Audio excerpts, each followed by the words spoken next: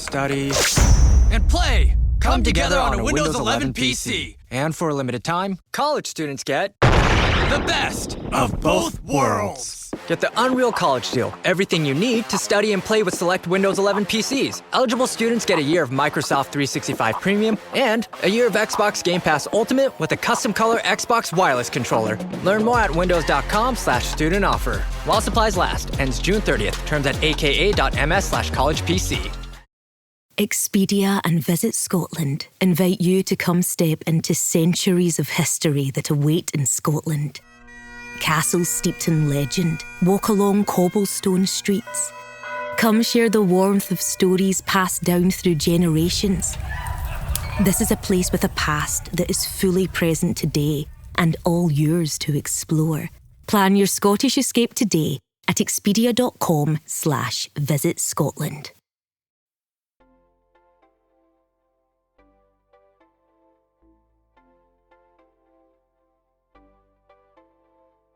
Hello, everyone, and welcome to Nerding Out on Neurodiversity, the podcast for all things neurodivergence.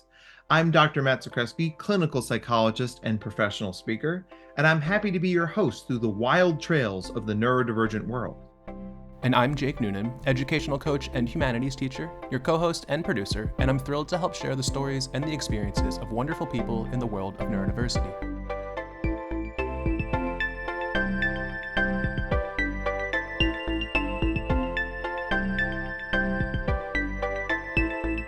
We're really excited for today's guest, which we are going to say a lot because we're always really excited about every guest we get. So let's get into it.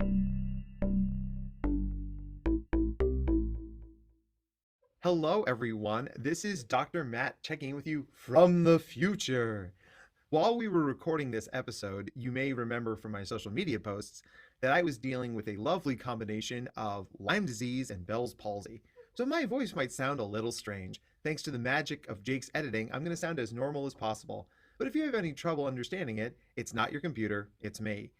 If you have any trouble, feel free to email us and we will give you the transcript. But otherwise, enjoy the episode. We love you very much. Take care.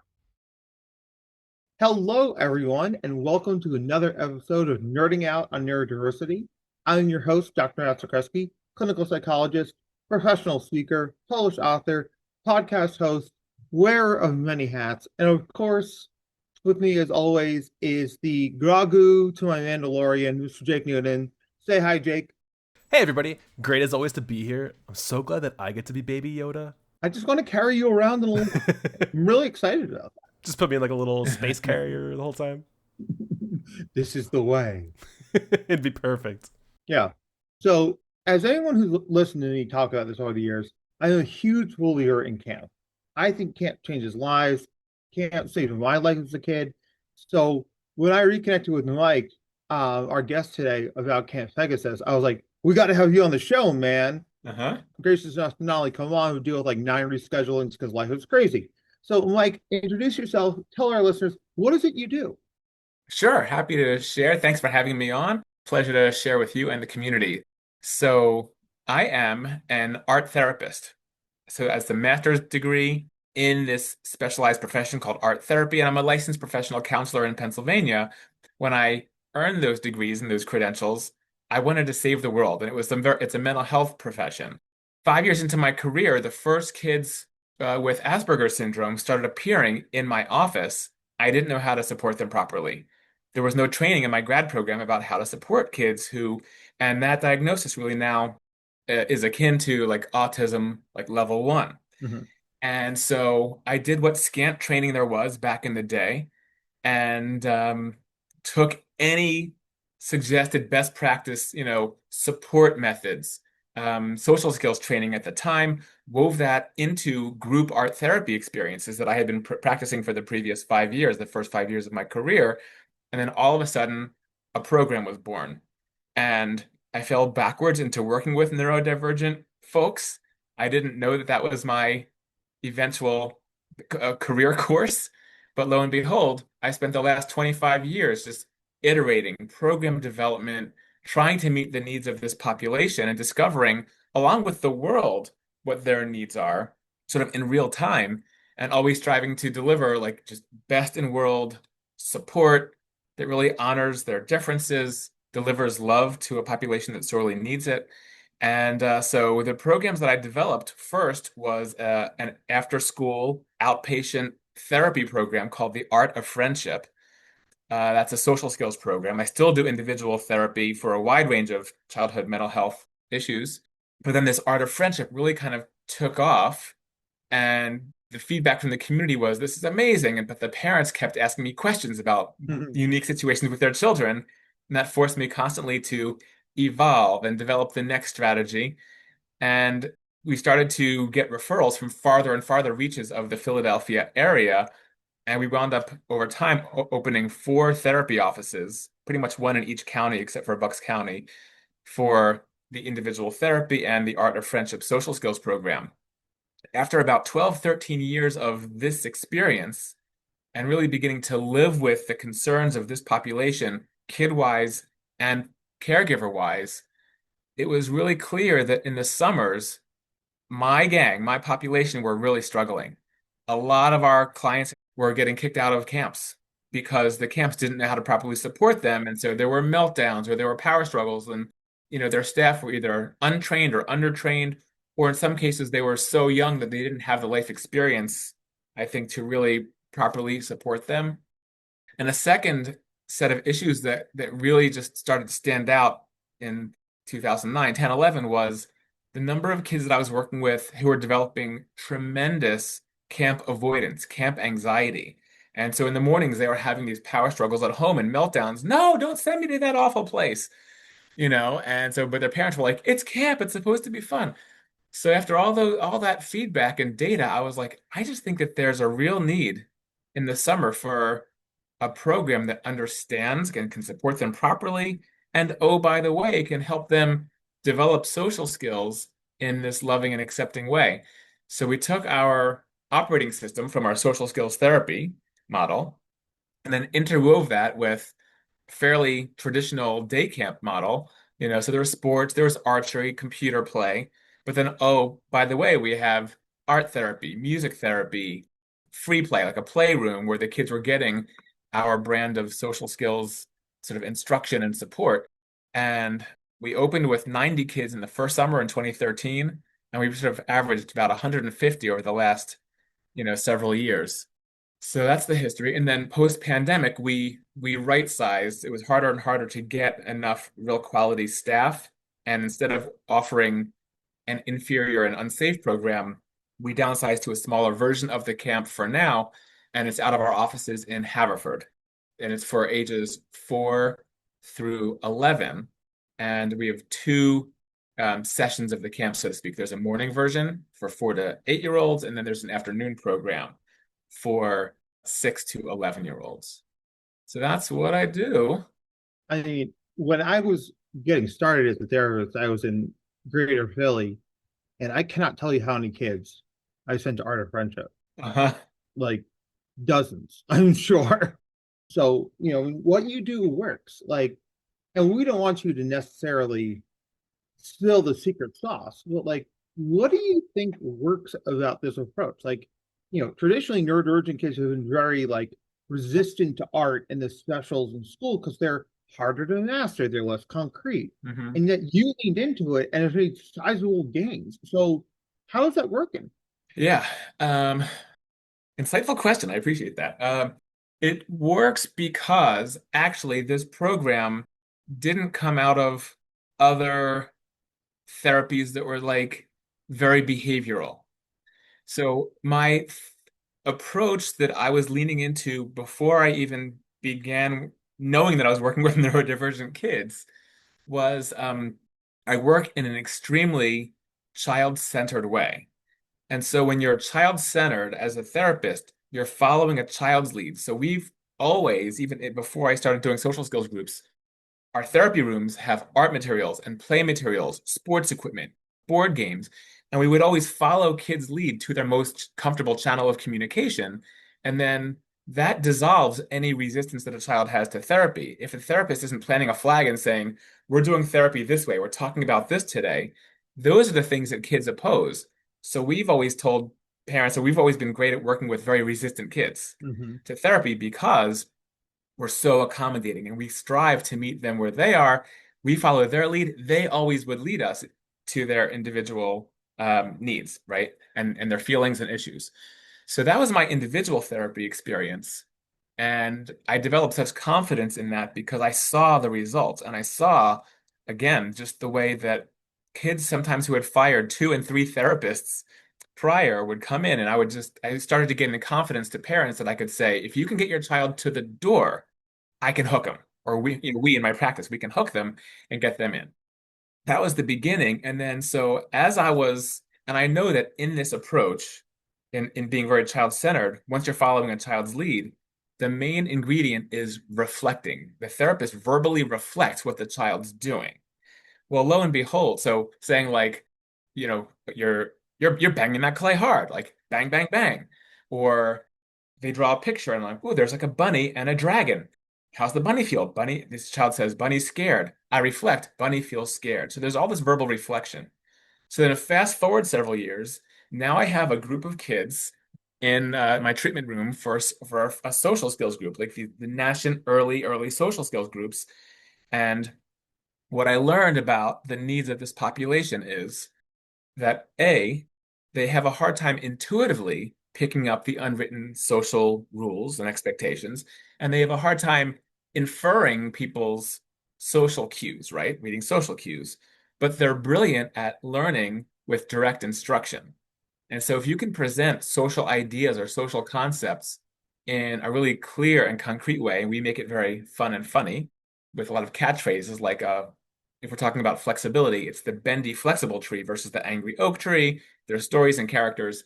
And so then we talk about being bendy, right? But then as kids are being kids in our groups, we're always verbally reflecting what they're doing.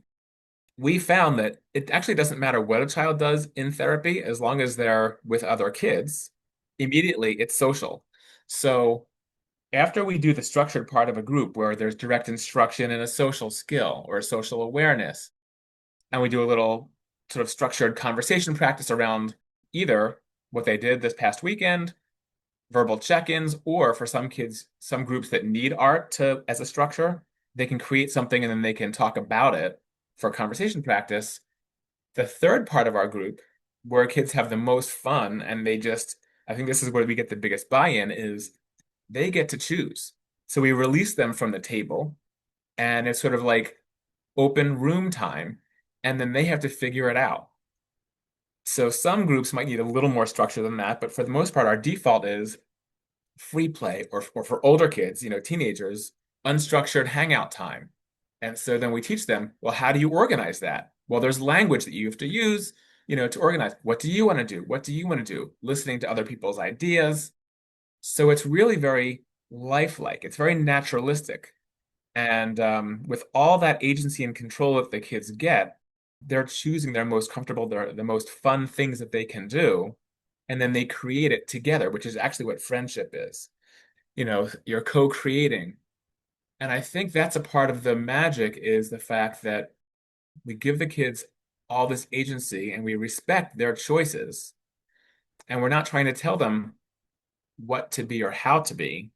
We're just suggesting there are certain more efficient ways to do it, and I know that sometimes engaging in the big world can be hard and confusing. So the lessons that we teach are not trying to change the child who they are. We've never, ever in our history claimed to, quote, cure autism. That's not a thing, right?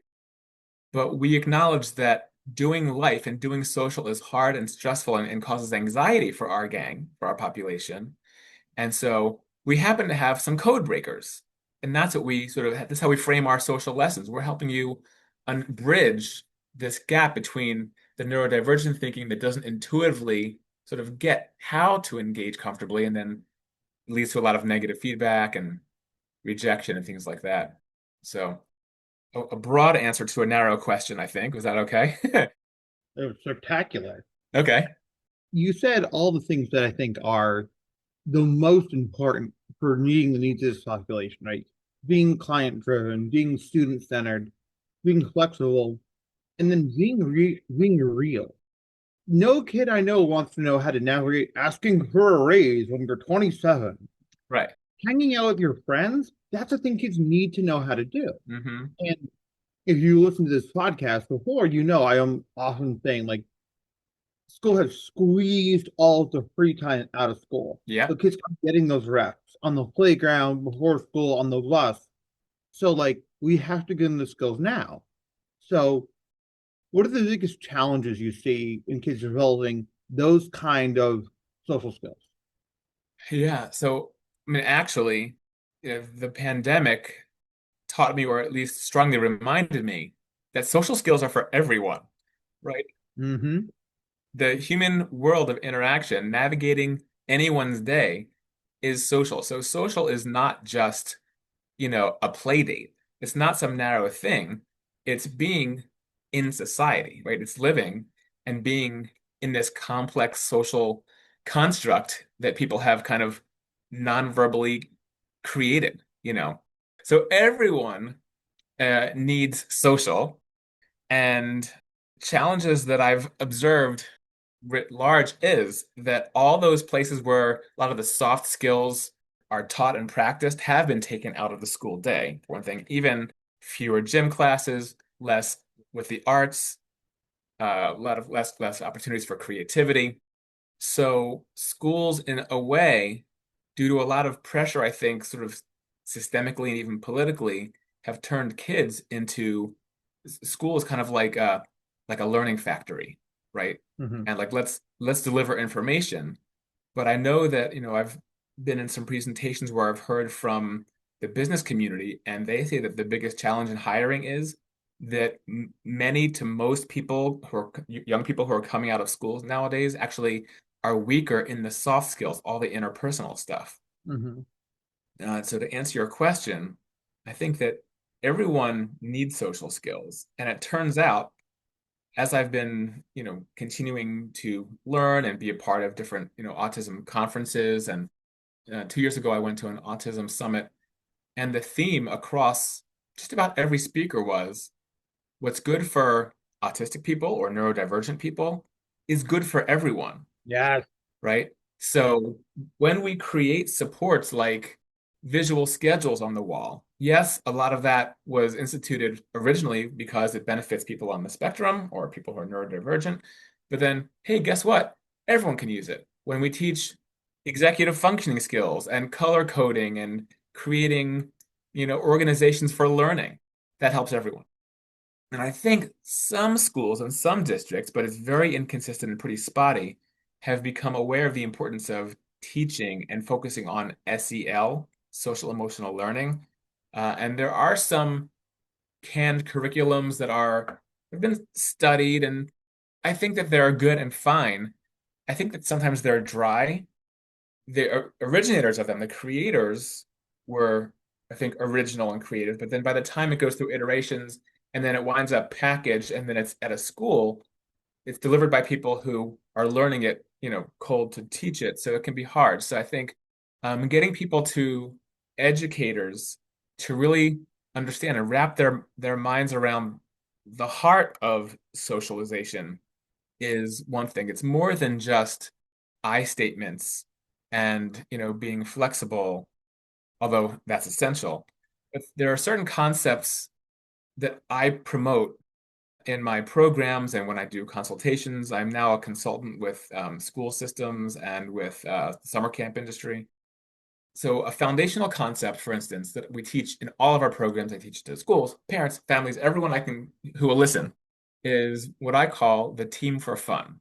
Okay, so this is a very concretized and kidified version of a very abstract and I think foundational social skill, or social awareness, which is human interdependence.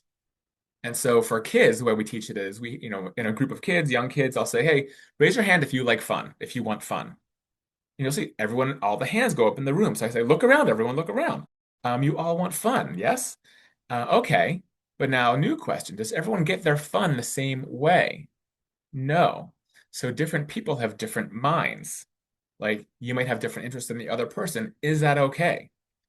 One person likes Star Wars, one person likes My Little Pony. Can the two of you be in the same room together?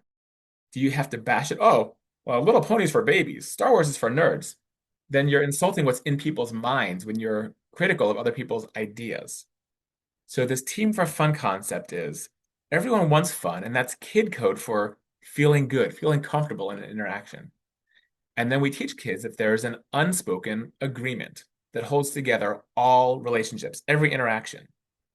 Any interaction that goes remotely well, those two people non-verbally signed on to this unspoken agreement. And it goes as follows. It's we, whoever's in this interaction, we are going to stay close together in this interaction or relationship by keeping each other happy and comfortable. And could you imagine a world in which everyone was striving to keep the other person happy and comfortable?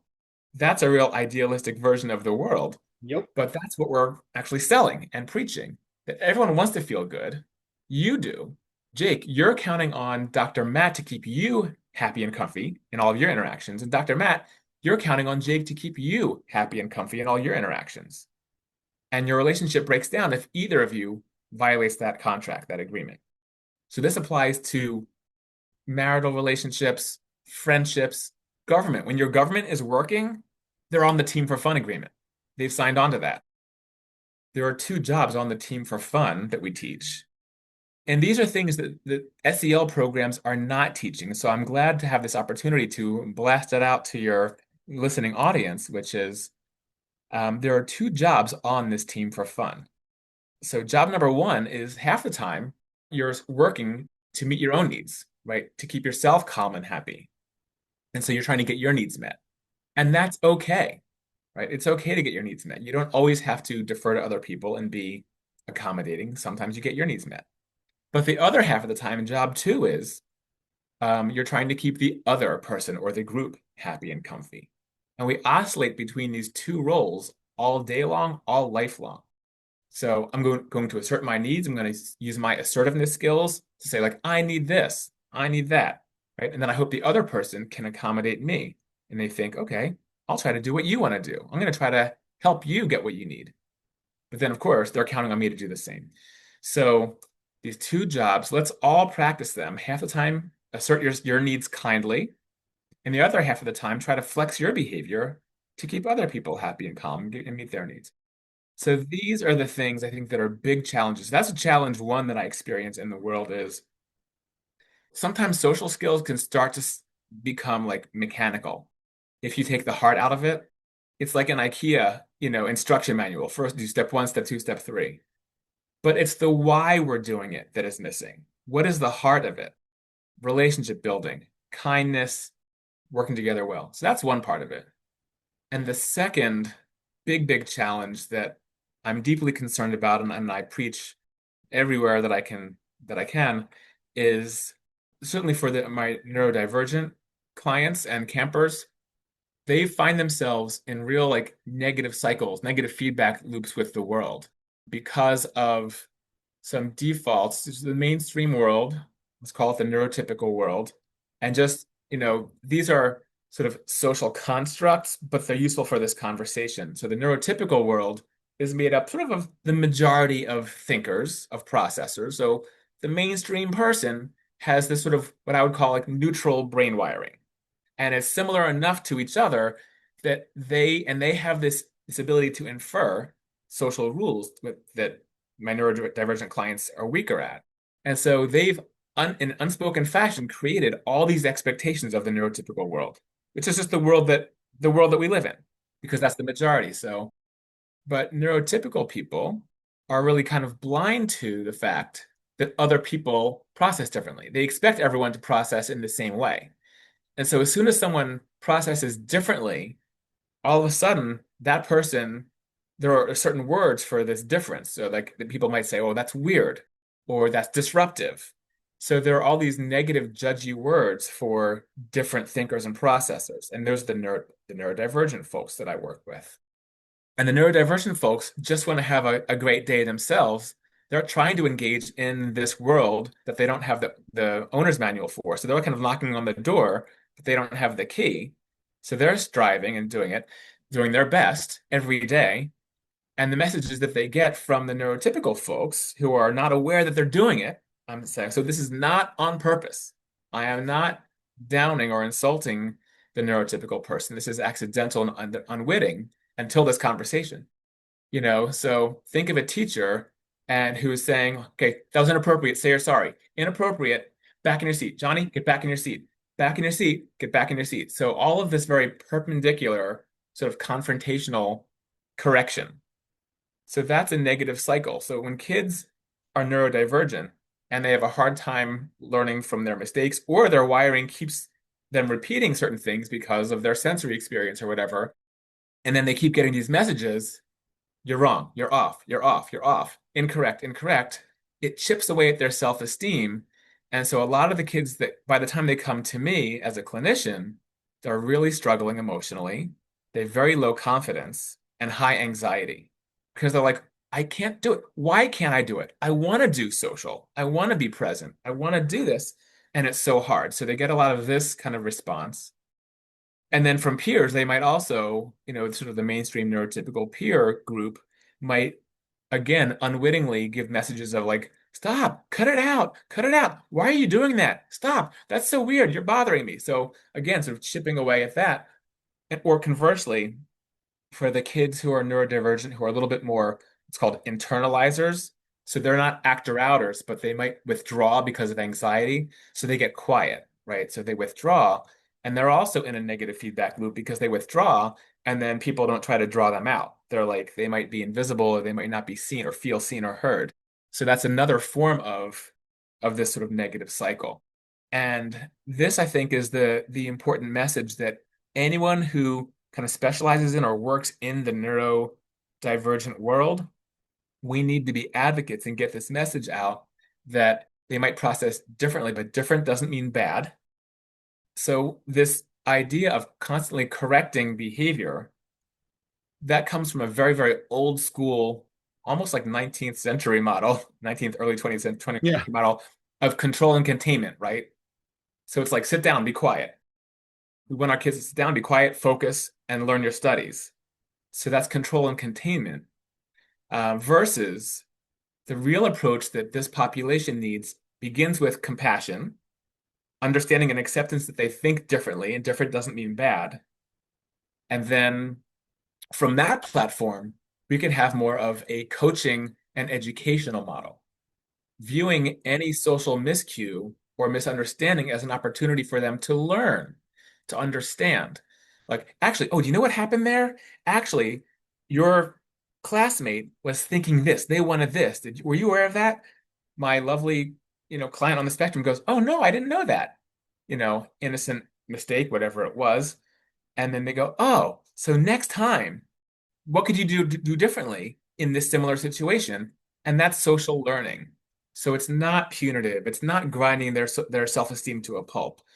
And so shifting from this sort of judgmental control and containment model that's old school to this more neurodivergent understanding and accepting model, I think, is where things have to go with regards to this big challenge that I observed. So this is the two sets of challenges, really. Well, and swinging way back, you mentioned like there are like off-the-shelf SEL programs that exist in schools, and a lot of them aren't great. And I think because they miss the joy. They're not signing up anyway for team fun. It's just, here is what you do. You do these things and you don't do these other things. Mhm. And then friends will happen. Right. So why? If you don't, your heart's not in it, then you're not in it. That's why that interest-based learning is so important. Like, kids are going to make friends doing D&D or rock climbing or geocaching because it's where they want to be. So the best version of them is showing up, rather than like, here's how to make small talk while waiting for a coffee. Right. Who wants that? Nobody wants that. Right. So you guys have really thought deeply about this, obviously. Yeah. What's the biggest pushback you get from the adults involved? The biggest pushback. Interesting question. Actually, the way I deliver my messages to grown-ups, to the adults who I work with, it's also not judgmental. None of this is anyone's fault either. Like, everyone, is either parenting or caregiving for children, essentially, unless you stop to learn something, if you actually get educated in some of these models, some things that I'm saying, or other kind of best practices, strength-based best practices that you might learn elsewhere, you don't know this. You don't know what you don't know. And most people tend to give childcare, regardless of the setting, and this is my opinion, this isn't fact, but based basically on how they were raised. If you grooved to how you were raised, if you liked it and appreciated it, maybe you try to repeat that. If you really hated the way you were raised, if it didn't feel right to you, then often people swing to the opposite end of the spectrum, or opposite end of the pendulum, and they might parent the opposite way. So if they were raised in a very permissive family and they were like, oh, I needed structure, then they're going to give, hard structure, hard on rules. So I think I don't really find pushback from adults, actually. I mean, sometimes a semantic thing, maybe that some grownups get hung up on when I'm talking is, I'm so big on creating positive feedback cycles, right? I mentioned the negative feedback loop. And so my entire program is all about interrupting that negative feedback loop and creating positive feedback loops. So giving the child credit for what they can do, right? Giving verbal credit. This is that reflection piece that I mentioned right in the beginning. When you say like what someone is doing, even the smallest positive behavior. So sometimes parents say, well, or teachers, but what about inappropriate behavior? Shouldn't there be consequences and punishments for those? So that could be like one little aspect of pushback that I get. But when I explain the negative cycle piece, and then the importance of creating the positive feedback loop, because there, people don't grow or add any skills based on criticism, really, or punishment. I don't know if anyone's been punished into adding a skill. But people do tend to try new behaviors or strive for things when there is positivity, when there's positive reinforcement. We see this in behaviorism, right? So going positive is important. And then there is a way to deal with sort of negative or challenging behaviors that isn't the old, control and containment, punishment model, keeping it educational. So one ingredient of our programs is how we handle those moments. So for everyday kind of social miscues, or you can call them misbehavior, so to speak, again, but treating most, quote, misbehaviors or social miscues as a gap in the child's social or coping skills. So there's a learning opportunity there. So we do it in question form. We nickname our social coaching approach Jeopardy coaching, like the game show Jeopardy. Everything's done in form. Right? Question form. So it's very facilitative. So for instance, if we have one camper who happens to say something just too truthful about another child, you got paint all over your shirt, right? It's honest. It's not mean. But child B gets really upset because they knew it and they were embarrassed about it. So we go, time out, time out. Child A, take a look at your friend's face. Do they look happy or unhappy right now? How do they feel? So question form. What can you say to help child B feel better and get back to fun on the team for fun, right? We're always trying to get things back to feeling good. Child thinks for a second. So we get the child to do the social cognition. They're thinking through that social moment. And what can I say? Oh, I can apologize and then invite them to play. We go, okay, go try that. So they go try it. And then we go right back to reflecting their behavior. So the child says, hey, I'm sorry about that. I didn't mean to hurt your feelings. Hey, do you want to come join me playing in this board game? And the kid goes, yeah, there. And I go, yes, you repaired it. You saved it. You saved the team for fun. So then it goes from a rough moment. Instead of me saying that was inappropriate, say you're sorry, we have that. So there's compassionate social coaching is what we call it. And I actually do a lot of teaching about effective use of consequences. Consequences is like this forbidden C word now in some parenting circles, but the world has natural consequences. And so it's not control and containment, but to create a condition where a child knows that something is not okay and that there's like an end boundary. Pass through this boundary, something happens. If you speed on the street and you're caught by the police, you're getting a ticket. There are certain things that are guidelines. And so boundaries are guidelines. And so you can have certain things. And as long as a consequence the way I formulate it and teach it is it has to be proactively taught. The child has to know it's coming. So let's say I'm working with a middle schooler or high schooler about responsible cell phone use. And the family has some rules of, so their terms of use, like it must be used always on the main public family floor. It can't go up to a bedroom. It needs to be charged overnight. You have to get off of your devices at the prescribed time or when you're asked to. You can't blow through that boundary. And so you can create a predictable consequence saying, if you're misusing this privilege, then you would lose it. But again, it's not for like, you're not trying to inflict pain, like you lose it for a month or a week. It's like the next day. So here's our terms of use. If you don't get off of your device, within 2 times of being asked, then you'll lose it for tomorrow. So this is an okay way to do it.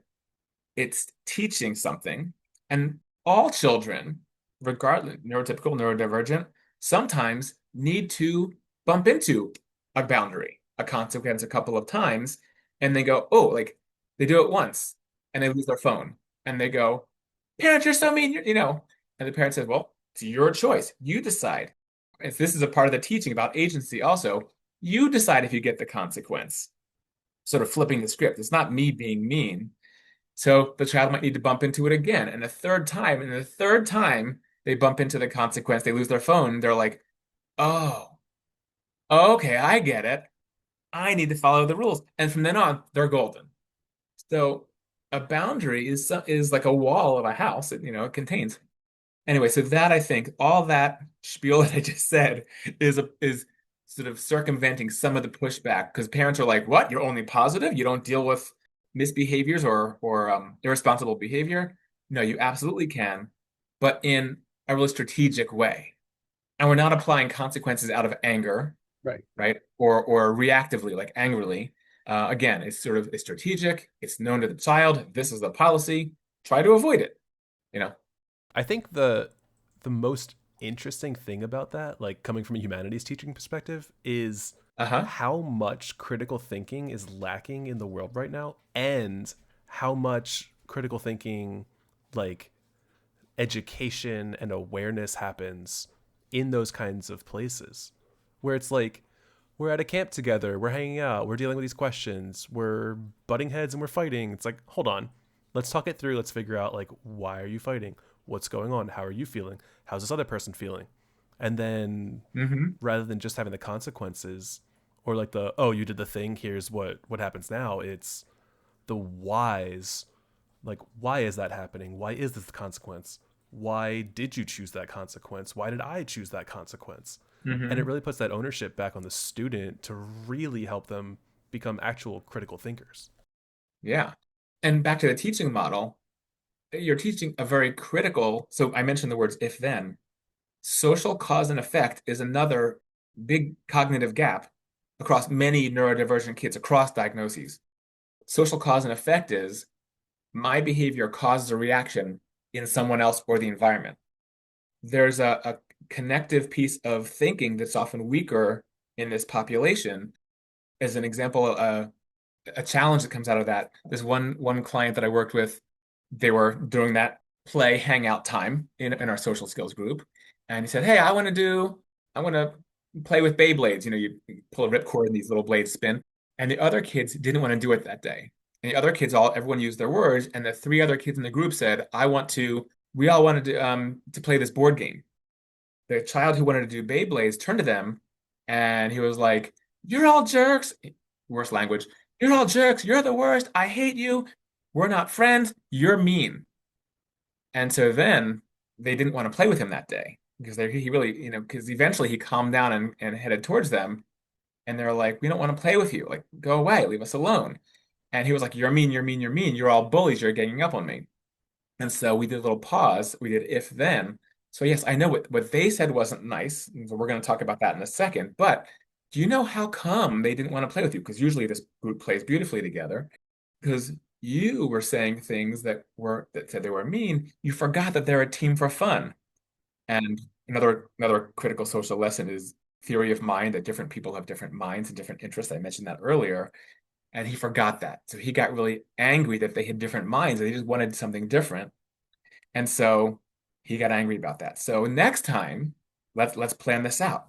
What could you say the next time other kids don't want to play your thing? So they actually weren't being mean. They just had different ideas for today. Talked it out, social coaching. Then I had to address the group that were mean back to him. Let's all get back together. The next week, clean slate, everyone got back together and they worked it out. So there's the social cause and effect piece. But I mentioned all that to build on your last comment, Jake, which was in teaching social cause and effect, that's what if then is. So a consequence is, if I behave this way, then things will happen. And great for young kids to learn that at low cost levels, because when you're a teenager, there's tends to be bigger stakes. Your if then could be a teenager on the spectrum could, sort of start to perseverate on a certain person in their grade or their class, and then it can start to feel like a stalky kind of a situation to the other person because they want to be friends, they want to talk, perhaps they want a romantic relationship. The other person's not reciprocating, and then so that my client sort of intensifies in their drive to be with them. And so we talk about social cause and effect there. There's big consequences. If you start to get stalky, you can, in schools, you can get accused of sexual harassment or other harassment.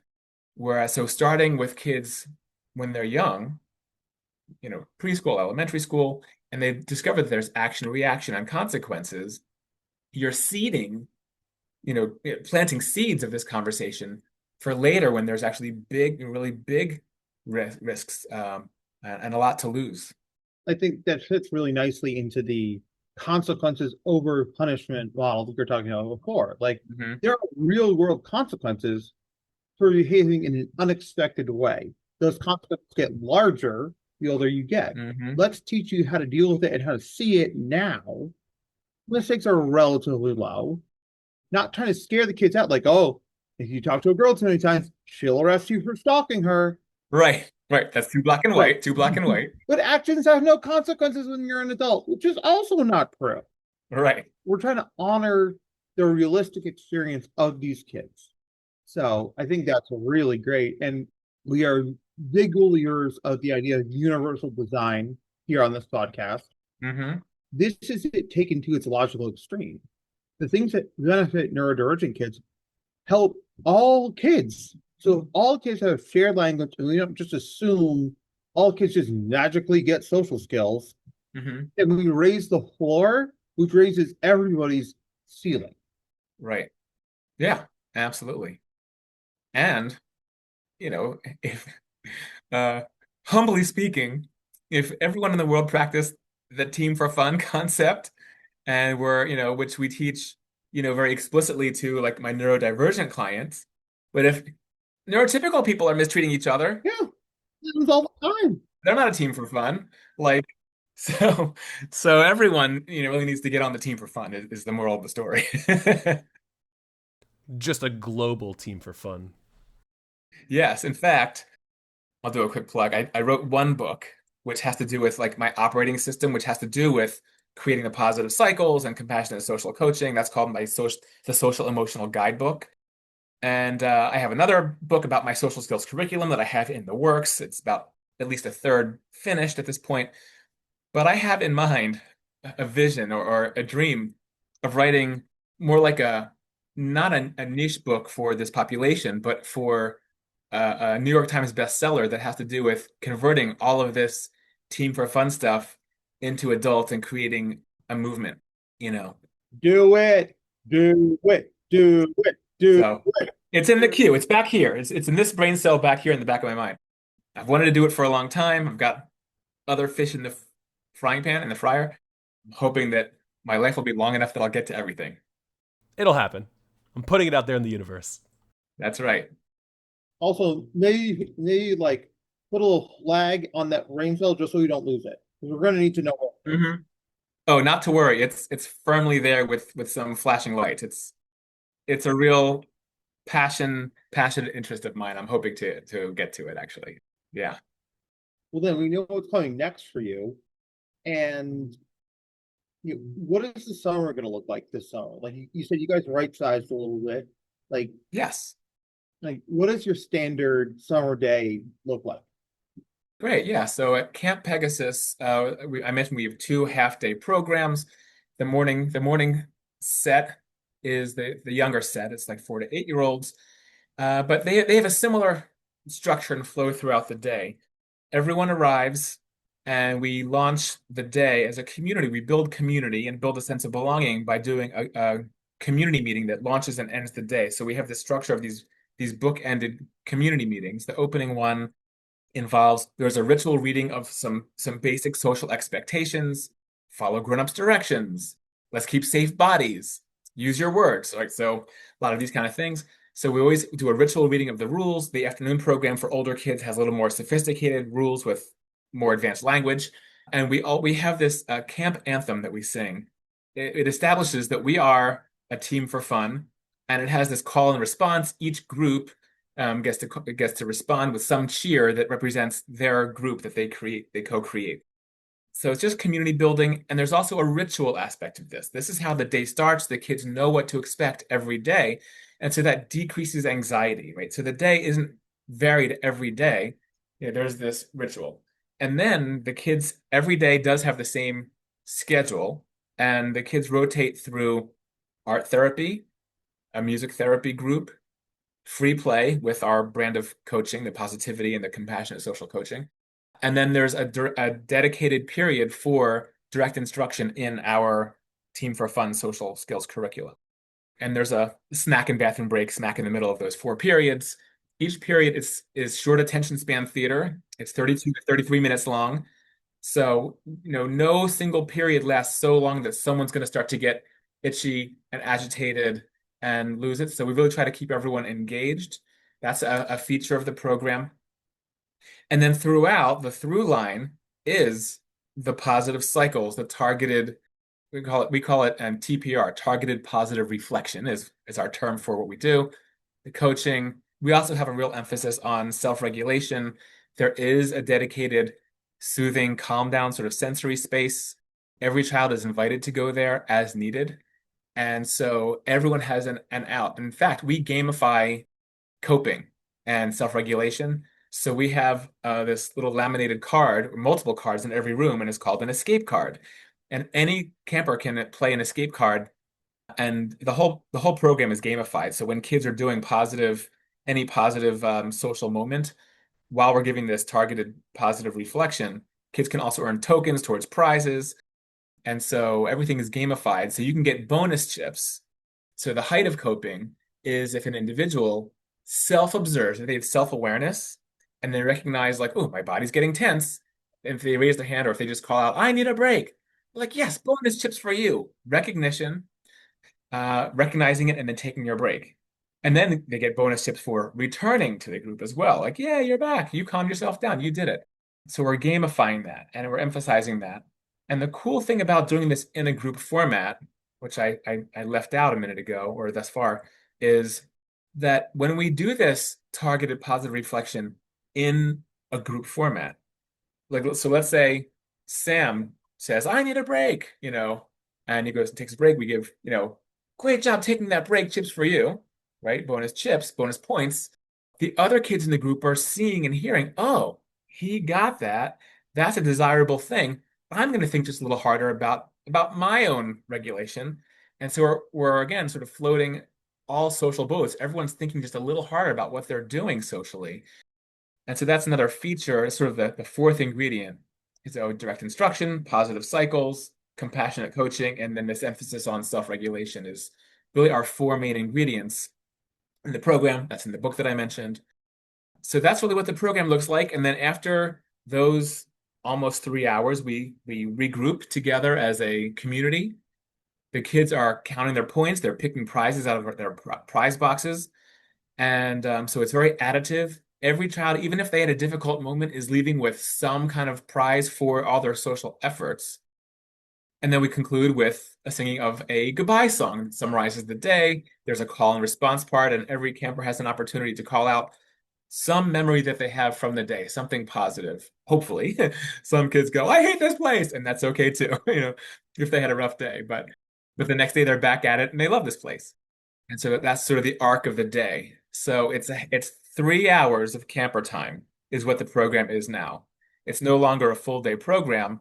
So that does, require, families to have some, to create transportation. We don't provide transportation, but we do facilitate carpools. Like we have, like for instance, the Center City, Philadelphia crew, and we connect them, so that they can all make arrangements together. So we don't have transportation, but we facilitate it and try to make it as easy as possible for people to get to us in Haverford. And it really sounds like you guys make changes for the better, and that's great. Yeah. Now, just like the morning session of camp, we're running out of time, and since I'm not going to sing a song, I'm going to sing a song. Let's sing. I was going to say, let's do our wrap up questions instead, because nobody wants to hear me sing. Jake's in like 4 vans. If you want to hear somebody sing, talk to him. Okay. But Jake, do you want to take the first wrap up question? Absolutely. And I also want to say, don't come at me for singing stuff. For rhythms, yes, but I cannot sing at all. I see the drum pads. Love them. But my question for you is, what's your favorite word and why? My favorite word is inspiration, or inspire to me. I love to feel inspired. It's one of my sort of peak experiences when I'm inspired by others, things that I learn, and then I try to inspire others myself. And so that's a real core word for me. I'm here for it. Yeah. Absolutely. Now, here's my question. Okay. If you could have any superhero on speed dial, who would it be and why? The Flash. Instant. Hands down. Instant response. That was a flash answer, too. It's like, zip, zip. Yeah. You had me at comic book. I am a lifelong comic book reader and collector. And I have been reading and collecting since my grandfather had a neighborhood drugstore, a pharmacy. So when I was 8 years old, I would get, when comic books were $0.25, I would get 10 for $1 at grandpa's store. And then I would draw my comic book characters. So I love them. I love everything about the Flash and his mythology, the costume. Red was my favorite color growing up. And so the Flash, and a close second would be Green Lantern. But I love the idea of speed. I like riding my bike fast. I like running fast when I was able to run fast. I don't drive fast. I don't drive that fast. I'm pretty safe that way. And I have not missed an issue of Flash comics since 1982. And also Green Lantern is my other, is 1A, and for other reasons. But so Flash came to mind instantly. Every Wednesday at Camp Pegasus, we have Wacky Wednesdays, which is a themed dress-up day. One day inevitably is Superhero Day, and I am the Flash, like just about every summer for a dress-up day. I get to be the Flash one day a year, or twice for Halloween too. Yeah. How about you guys? Who would be your first superhero you go to that you would? Gambit, 100%. Hands down. Gambit? Okay. Normally, I would say Spider-Man, but I'm actually feeling the Beast from X-Men right now. Mm-hmm. Real Hank McCoy moment. So I'm going to switch it up. Respect. And by the way, Wally West Flash. Ooh, okay. Barry Allen. Okay. Is my favorite. I loved him as Kid Flash. I thought his costume rocked with the yellow, with like the cowl that stopped up here and his orange hair is coming out the top. And then when he became the Flash, it was very much like a coming of age thing. How can I feel the shoes of this great speedster? That hit right in my, late teens, early adulthood, that era of the Flash. And I just vibed to the Wally West character. So yeah, if we really want to get into the weeds with, with my Flash fandom. Great answers. I love it. So we're almost at the end of our time. Mike, how can people find you and track you down? We actually have a few websites, which we hope at some point in the next year or two to refine and to hone down into one. But my website used to be very honking big, so we broke them out. So you can find me on the web. My therapy practice that really features the individual therapy approach that I mentioned is at the Child and Family Art Therapy Center.com. It's a very long URL. It's the whole name of the practice, Child and Family Art Therapy Center.com. Camp Pegasus is camppegasus.com, short and sweet. That's very clear. And we're recording in 2025, and there are some limited spaces available, especially in the older kid group, which is the afternoon program. So if anyone's listening and interested, check out camppegasus.com. And the social skills therapy groups, the year-round school-based or school year therapy groups, can be found at artoffriendship.com, artoffriendshipsocialskills.com. So those are my web presences. Well, go ahead, Jake.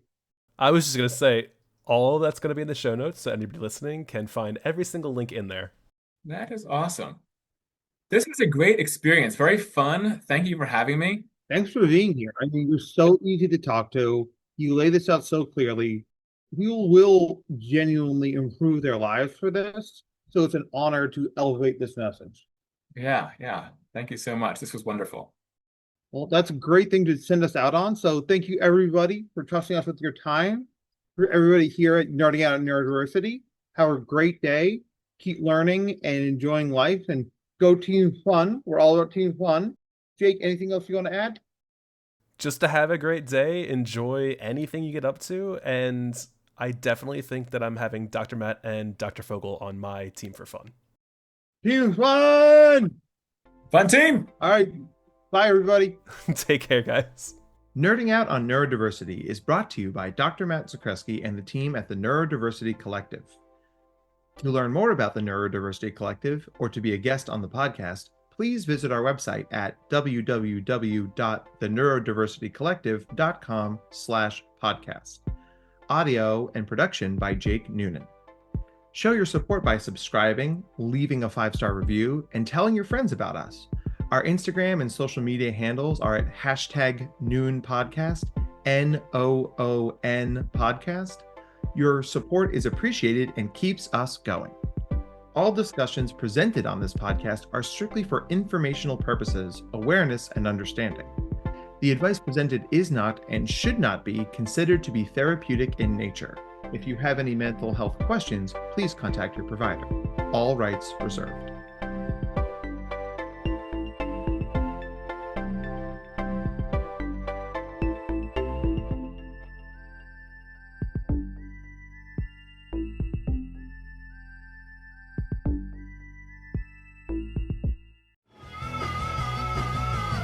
You're listening to the Geekscape Network.